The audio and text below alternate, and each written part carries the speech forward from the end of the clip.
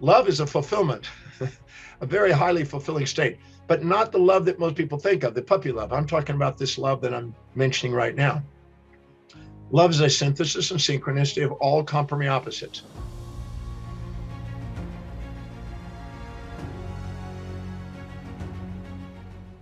Many people, when they're very young, in their teens and 20s, are drawn impulsively with an infatuation to another individual, where they're conscious of their upsides of that individual and unconscious of the downsides, a bit blinded, a bit ignorant, a bit naive, and they get excited, almost manic and elated about what they're perceiving this individual to be.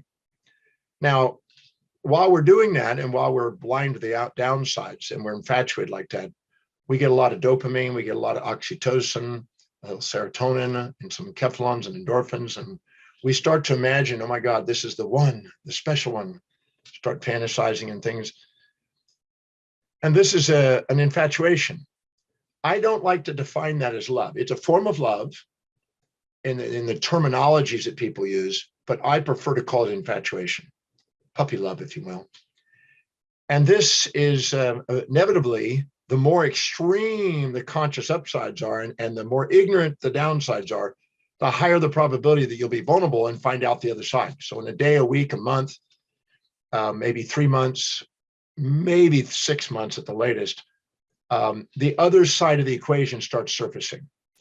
And as you do, if you're infatuated with this individual, you start storing up those little annoyances, those little picadillos, and you start kind of feeling like, that's not who I thought it was going to be. You know, it's kind of like a Fatal Attraction with Michael Douglas and Glenn Close, if you remember back far enough to that movie. And he was infatuated at first, and then he realized, oh my God, I got a crazy one on my hands. And this, by the way, if you drink a little alcohol, sometimes this can be accentuated. I don't recommend too much alcohol, but in the process of doing that, you can blind yourself to the downsides and then get hit and broadsided by them because you're addicted to a fantasy. And you think it's love, but it's actually just a biological survival mechanism for procreation. And it's in the amygdala. The amygdala area of the subcortical area of our brain is firing off. And it's a primitive part of our brain in a sense. Well, I wouldn't say primitive, but all species have it in the vertebrate lineage, but it's sort of a primitive response. It's a survival response. And we end up confusing that with true love. It's a puppy love. It's an infatuation. And this one eventually teaches us to start to think before we feel. See, our normal response is we feel and then we think. And that's a typical response for the average person. It's, in puppy love. But sometimes it's wiser to stop and get a little bit reasonable and think about what are some of the downsides before you do it. If you don't have a selective criteria for a mate that you're searching for that's reasonable and that does align with what's important to you and also what's going to be important to that individual, you have usually a bit of a fantasy and you have to find out the hard way. Now, that's one form of puppy love. And that's the more lower subcortical area of the brain that's firing off. And there's varying degrees of that because sometimes you have a mild infatuation, which is a little higher functioning brain and more balanced. And then sometimes it's extreme. And you think, oh my God, this is the one. And you start fantasizing with picket fences and babies and things like this and think, oh my God, this is it. And that's a sign of a puppy love. Then there is a deep, true, I guess you could say true love, or divine love, some people have called it from theological background, where you actually love both sides of the individual and you see both sides. Now, let me just go off on a tangent here for this because this is an important component. If I was to come up to you and I was to say, you're always nice, never mean, always kind, never cruel, always generous, never stingy, always giving, never taking, always considerate, never inconsiderate, always peaceful, never wrathful, always positive, never negative, your own intuition would go BS and go, no, I'm not always that way. And you would know that you have another side. If I was to go to you and I'd say, well, you're always mean, you're never nice, you're always cruel, you're never kind, you're always negative, never positive, always wrathful, never peaceful, always stingy, never generous, always taking, never giving, always inconsiderate, never considered, your BS meter would go off again and go, no, that's not true either. You may immediately intuitively be thinking of the opposite side. So if I point out all downsides, no upsides, you immediately think, no, I've got nice sides. If I point all nice sides, no downsides, you probably think, oh no, I'm sometimes a bear. You would automatically, intuitively know you have both sides. And so if you're in a relationship with somebody and you're blinded into thinking they're going to have more upsides and downsides, and you're seeing the upsides and not seeing it, like the puppy love, your intuition is whispering and automatically saying something to you, whispering to you, but you're ignoring it. The whispering intuition is always trying to make you conscious of the unconscious and make you fully conscious and allow you to see both sides of the individual. So when you actually see both sides and you actually embrace both sides, now you have a lasting form of love. Because I assure you, if you stay with somebody for any duration significant, you're going to discover there's things you like and dislike, things you admire and despise, things you are attracted to, repelled from, things you want to hug and slug. There's two sides to that relationship. And when you can embrace both of them equally and know that both of them are necessary for your evolution and for your own development, the one side that supports your values typically makes you juvenilely dependent, makes you altruistically sacrifice yourself for them. The part that's more challenging of your values, the sympathetic activator in the fight or flight side, automatically makes you precociously independent and keep your independence and make sure you end up following your own mission in life. So that you must have, and they've shown that most growth occurs at the border of support and challenge, the positives and negatives, the two sides. So true love, the true divine love, if you will, or agape love, if you will, is an appreciation and unconditional love for those two sides. And if you have that, you will think before you emotionally react. Instead of having impulses towards somebody and instincts away from certain people, you now have an appreciation for both sides. That's a deeper love. That's a love that can last. That's a love that's meaningful. In fact, that is the mean. The mean is between the two polarities. And if you're seeing both sides, you have meaning in your relationship. Meaning is the extraction out of the unconscious and making you fully conscious of this individual. Because the real truth is, whoever you're going to be with for any period of time, there's going to be things you like and dislike. And if you can embrace both of them, you have now love making, if you will. Love making is attraction and repulsion, excuse the expression, but it's the integration of the pairs of opposites. I always define love as the synthesis and synchronicity of all pairs of opposites that you're going to have. And by the way, if you think that you're going to get a person that's going to be kind without cruel, then you have a delusion.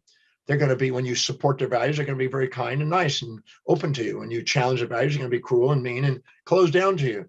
Welcome to life. This is how life works. And so you want to be prepared for the real loving relationship. And by the way, that's including you when you look in the mirror. If you're basically trying to get a one-sided life and trying to get rid of half of yourself and have an impulse for the positives and try to have this instinct away from the negatives and walk around trying to be addicted to your pride, well, you will eventually get crumbled and humbled, because pride before the fall. You're not here to get rid of half of yourself to love yourself. You're here to love both sides, and the same thing for others. And there's a difference between setting a goal, which is a fantasy, which is a one-sided thing without downsides, and a true objective. Objectivity means balanced-minded, and a true objective, to love your life and to love your goals and to be sustainable, is to set goals that have both sides. So that way you mitigate the risk of the downsides and you're prepared for them in advance with foresight to achieve. So if you really want to have love in a more profound way, you want to embrace both sides of life. That's one of the reasons why I teach the Breakthrough Experience program, where I teach people how to do that. And I teach them the Demartini method, which is a science that many people, could be coaches, it could be people that are involved in education, it could be rabbis, it could be, priests, it doesn't matter. But I've got all kinds of people that are using the method on helping people turn to love, return to love. Now, let's just take a look at this for a second. Let's say I meet somebody that I'm infatuated with, and I got a bit of puppy love, and I'm blind to the downside. In the process of doing it, I'm now looking up to them, and I'm too humble to admit what I see in them inside me. And therefore, I'm disowning what I see in them inside me. And whenever I disown a part and see them having something I don't, there's a wall up there, and there's no intimacy.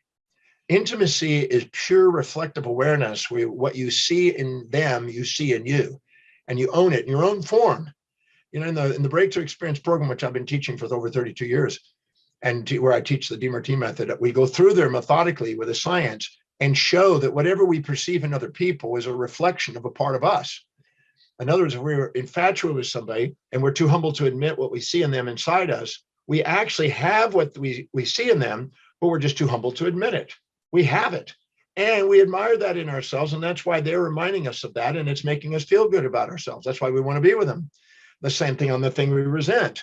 We're too proud to admit what we see in them is inside us, but we actually have it. We feel ashamed of it. We're trying to avoid it. And when we see them, they remind us of it. We don't like that feeling, so we want to avoid them. But we actually have what we see in them in our own form, expression, according to our values.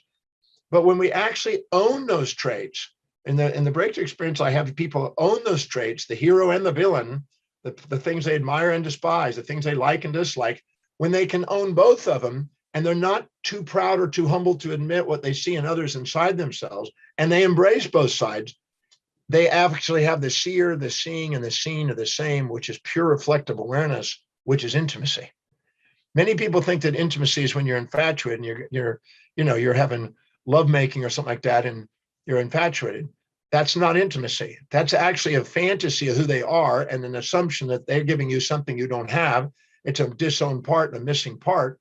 And now you feel whole temporarily and you get this little oxytocin rush from it and dopamine rush. But that's not love, true love and intimacy. Love and intimacy is when you realize that what you see in others, you have it within yourself. And when you have perfect reflective awareness, you have intimacy, because there's no too proud or too humble to admit you have it, blocking you from connection. And in that love and that state of love, if you can actually reach that state of love, you have a very profound open-hearted experience. In the breakthrough experience, I've been teaching people that science of how to open the heart to that level of love. And you can take people that you've never imagined you could open your heart to, and you can open your heart to them. I've seen people that have difficulties appreciating their mom, their dad, their loved ones, their spouse.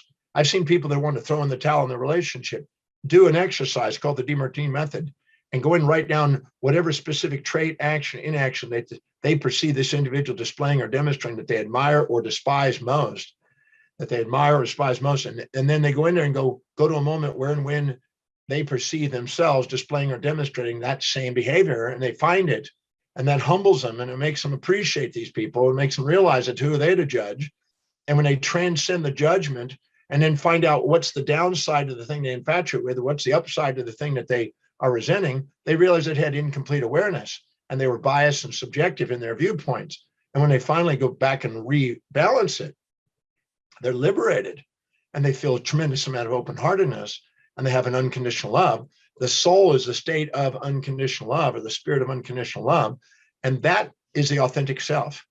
The authentic self is whenever we live by our highest values, where we're most objective, when we're most inspired spontaneously, when we're most fulfilled, and we see both sides of things, we have the highest probability of unconditional love, the highest probability of a real, lasting, divine love, some people call it. In that state, you're having reflective awareness. That's where all of a sudden you don't have a desire. See, when you're an underdog, you have a desire to fix yourself relative to them. You want to change you relative to them. When you're resentful of them, you want to change them relative to you. When you want to change you relative to them, you altruistically sacrifice what's important to you to be with them, and you eventually resent that. When you resent them, you want them to change their life to be more like what you want, and they resent that. So neither one of those are sustainable models. And that's why infatuations usually turn into resentments. The greater the infatuation, the greater the resentment eventually comes. But if you see both sides, embrace both sides, and have no desire to change them relative to you or you relative to them, you get to unconditionally love them. And that's what people want. People want to be loved and appreciated for who they are. And who they are is an expression of what they value most. And if you live according to your highest value and live by priority and you live objectively, you get to experience that, and people get to fulfill that. And how are we going to love ourselves if we're not willing to be ourselves? Every time we judge another person and put them down and put ourselves up, that's not ourselves. That's a facade, a persona mask that we wear called pride. And anytime we look up to somebody and minimize ourselves, that's a shame mask. That's a high or low self-esteem instead of a true self-worth. But when we actually love somebody with reflective awareness, we're not having to exaggerate or minimize ourselves or minimize or exaggerate them. We get to put them in our heart. In that state, we have love. And that's trainable. That's duplicatable. That's a science you can make. There's a science of love. I've been teaching him for over 30 years, 32 years, actually 36 years. And I'm absolutely certain that if you ask the right questions, you can become aware of the unconscious information that you're hiding from yourself, become fully conscious, get to see both sides, see the reflection, open your heart, love the individual while you love yourself. You can't love another individual without loving yourself. In the breakthrough experience, I've taken people through that process. And at the end of the process, when I have them sitting there with tears of gratitude in their eyes for this individual that they were judging ahead of time, where they were infatuated or resentful, because I've taken them from both sides, all of a sudden they have tears of gratitude. Their heart feels open and they feel present with this individual. And then they realize that, wow, in fact, when you actually really love somebody, they're present. It doesn't matter where they are in space or time. They're right there with you in your mind. And that is very fulfilling.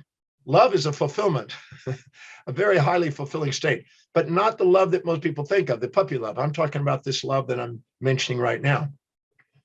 Love is a synthesis and synchronicity of all complementary opposites. And if you look very carefully, whoever you're with in a relationship, they're going to have every imaginable trait. And you're going to think, well, this time I got one that's better than not. This one's going to give me more upsides and downsides. No, you discover there's some other downsides there that you didn't anticipate. You find out that there's somewhere in spiritually or mentally or career or financial or family or social or physical areas of life, there's some little glitch that you go, oops, now I got to deal with this. But the reality is you need both sides to grow. If you get nothing but prey and support and things that you like, you become like an animal eating prey without a predator. You get gluttonous and fat and you become dependent. But if you get challenge, you end up keeping yourself fit. You need both support and challenge, the positive and negatives, to make relationships grow. People think, well, I want to find my soulmate. Well, the soulmate, believe it or not, is the one that allows you to open up the soul, the state of unconditional love, which is the balanced state, not the one-sided state. But so often as we're young, in our 20s or whatever, teens, we have this idea that, okay, I'm going to get this little infatuation. I certainly did. I remember I was very infatuated with this girl one time. And I was going out of my way. I was doing stuff I normally didn't do. Normally I was studying physics and mathematics and chemistry and pre-med and all the stuff that for school. And all of a sudden I meet this girl and she was this beautiful Spanish model, right? And I thought, oh my God, I'm so infatuated. I found myself doing pom-pom dancing. You can imagine me doing pom-pom dancing. I was pom-pom dancing and watching, halftime entertainment football situations. And so in the process of doing that, I realized I wasn't being me, but I was so afraid to lose that individual because I was infatuated that I didn't want to have a loss of that person, because whatever you infatuate with, you fear the loss of. Whatever you resent, you fear the gain of. So you live in fear and anxieties all the time when you're sitting in that polarized amygdala response. And so I basically was sacrificing what was important to me, which is my physics, until the last week before a test. And then I realized I need to tell her I can't be at the palm down performance. So I basically went back to my studies, and I realized that I want to be loved for who I am, and who I was a student of life. And so I wanted to make sure I was able to be loved for that. So anytime you're infatuated and you find yourself sacrificing what's most important to you in order to be with them for fear of losing them, that's puppy love. Whenever you feel that you can be yourself as yourself and love being with them, and you feel like they're a companion, you feel like there's a best friend or whatever, and you just like, you don't have to worry about it.